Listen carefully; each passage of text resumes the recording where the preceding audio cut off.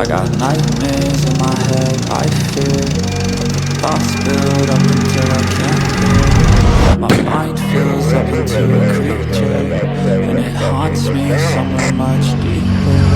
I got nightmares in my head, I fear.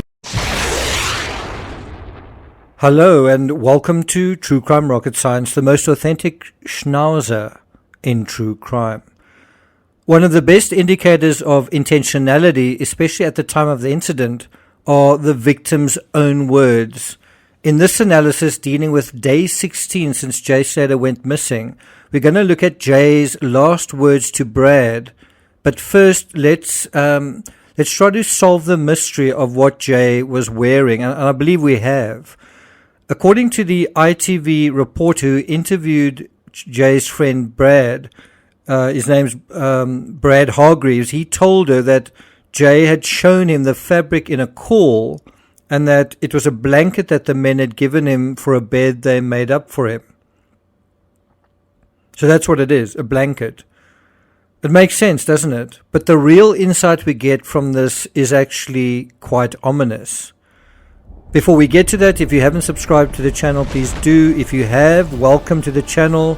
You can, if you've got anything to say, positive or negative, please like, share, and you can also hit the thanks button if you appreciate the analysis so far. And let's get started. So there are two real insights we just get from this notion of him wearing a blanket. One of them is pretty ominous. The other one is this, that Jay didn't sleep when offered a bed.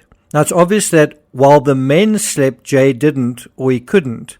And part of the reason, as we'll see repeated in a moment, part of the reason for going to Moscow was that he didn't want the night to end.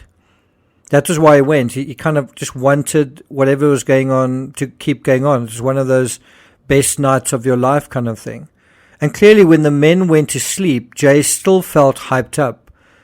If Jay had somehow calmed down and went to sleep, you know, he could have gotten at least an hour in before the bus arrived. The whole tragedy could have been averted. Just that. If he just lay in and just try to, you know, get an hour's sleep or so, everything could have been avoided. That the men made him a bed and he didn't sleep anyway also tells us about Jay's state of mind. He's kind of impulsive, jumpy. And maybe he's got things going on in his body that are keeping him kind of pepped up, right? And that brings us to this ominous aspect. It's cold up there early in the morning and late in the afternoon, and obviously at night. It's cold. And that is the more ominous aspect. You know, Jay wearing a blanket is, you know, we're getting a sense from Jay himself, and from the men for that matter, that given what Jay is wearing, and he's even kind of half indoors at that time of day, Jay was cold. It also makes you think the fact that he's standing in the doorway, probably didn't want to step out because it was cold. And he had a blanket around him because it was cold. In his final Snapchat, we see Jay is standing at the door of the Airbnb wearing a blanket, but the why is more important. Okay? Because he was cold. It's also possible Jay didn't want to wait at the bus stop for 2 hours for precisely the same reason. And he didn't want to be inside because he couldn't sleep. It's also possible when the owner of the Airbnb, Ophelia Medina Hernandez, saw Jay walking quickly, maybe he was moving to keep warm. Why? Because Jay had now discarded the blanket and he was wearing a t-shirt and shorts. That is what he was dressed in. A t-shirt and shorts. This doesn't bode very well for a scenario of Jay getting lost and being out there in the elements, which means being out there in the cold. That's for an entire night without a blanket.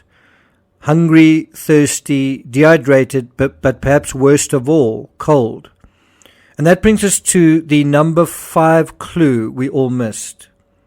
Now, as I mentioned a moment ago, one of the best indicators of Jay's intentionality, what Jay's intentions were, are actually of prime importance, not some phantom kidnapper.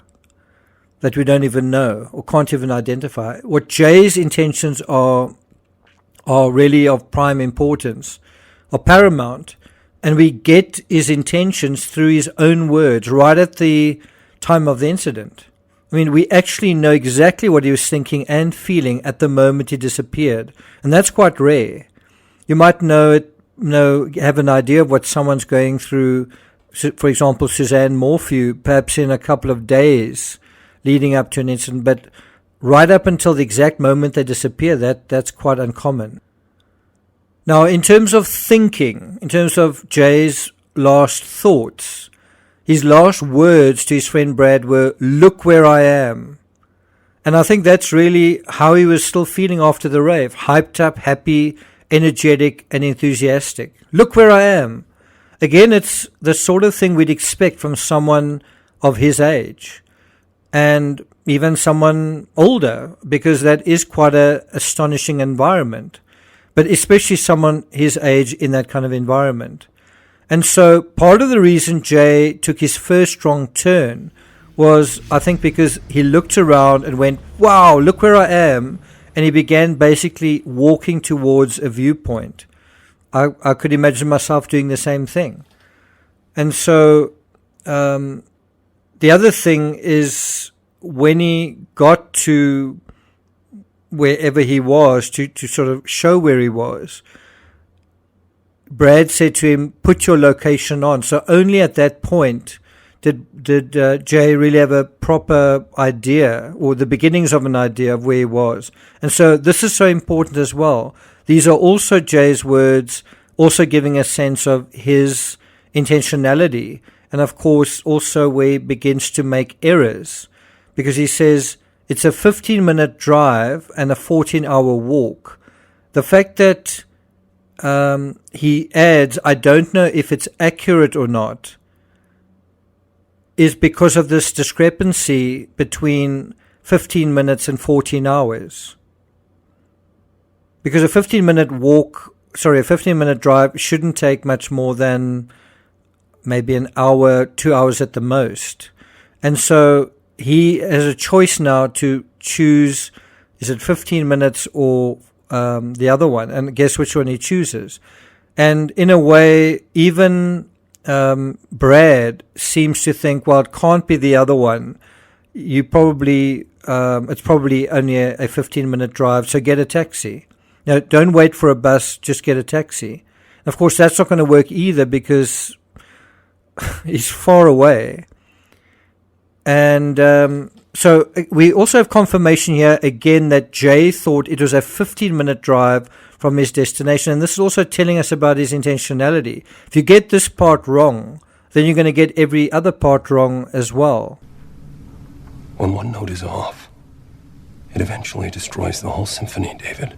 And there are a heck of a lot of off notes in terms of the analysis surrounding this case. By the way, the 15-minute drive, that is how the reporter who spoke directly to Brad heard it. That's how Brad heard it. That's how the Express reported it. That's how Sky News reported it. And that's how I reported it. It also makes complete sense that if Jay thought it was nearby, a 15-minute drive, then he would have thought it's possible to walk instead of catching a bus or getting a taxi.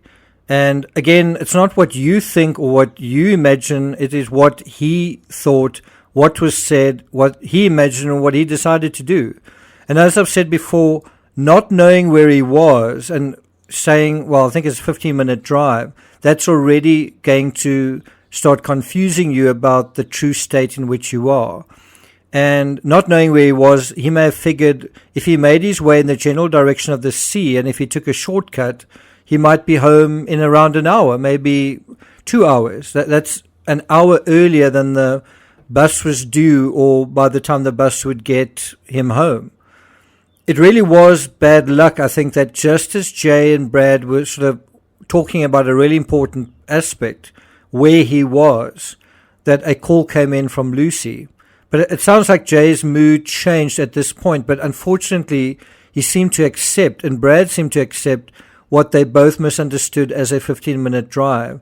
Although it does seem like Lucy established even more with more certainty that he was not where he should have been. It's also incredible that Jay elected to start walking from the bus stop. If you think about it, he starts walking from the bus stop without checking first which way he was going or how far it was to go. And perhaps he simply wanted to see the view first. After all, he'd arrived at night, so he couldn't see anything then. And the next morning, he wanted to leave. He was about to leave, and he probably wanted to make being in Masca count for something. The real question is, did he continue heading north away from his hotel or down to the sea, where perhaps he mistakenly thought Los Cristianos was, or did he turn back to return to the bus stop?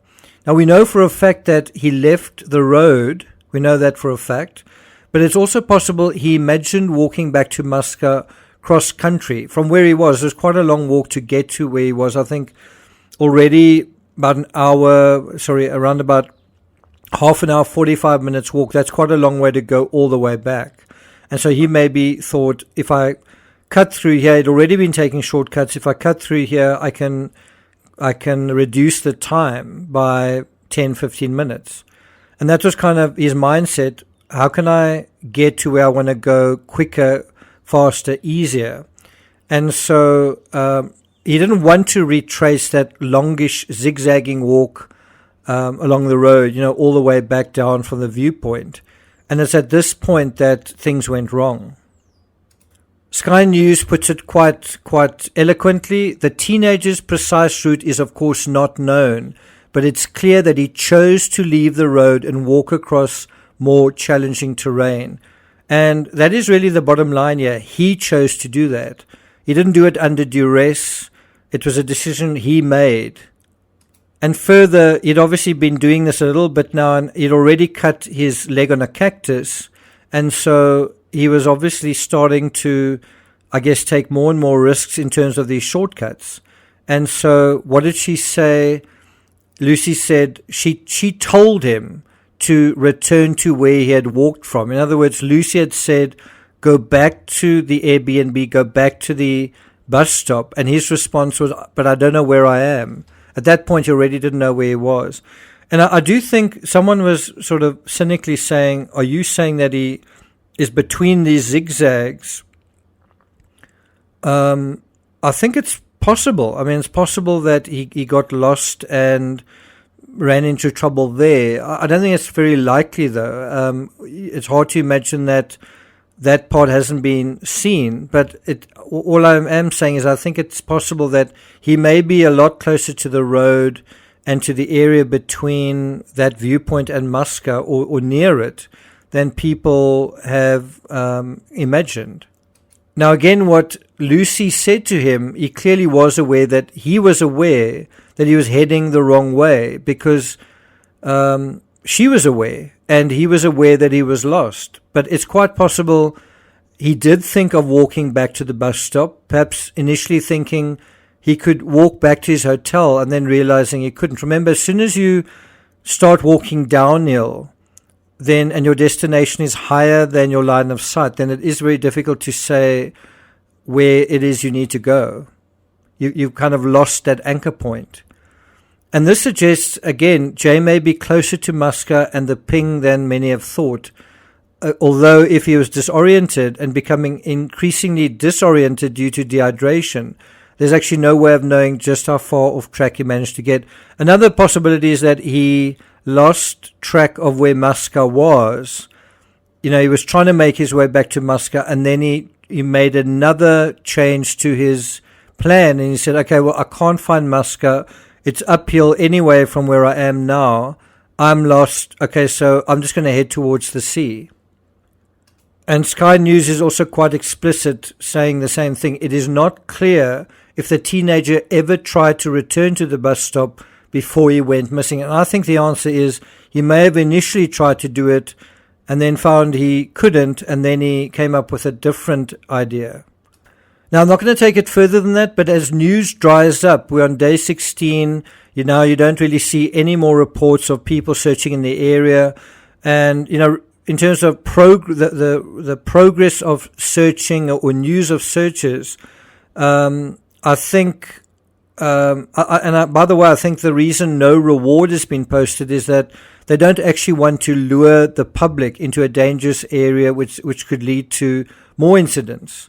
And that again just emphasizes how tricky and treacherous this terrain is. Not for anybody just to wander through.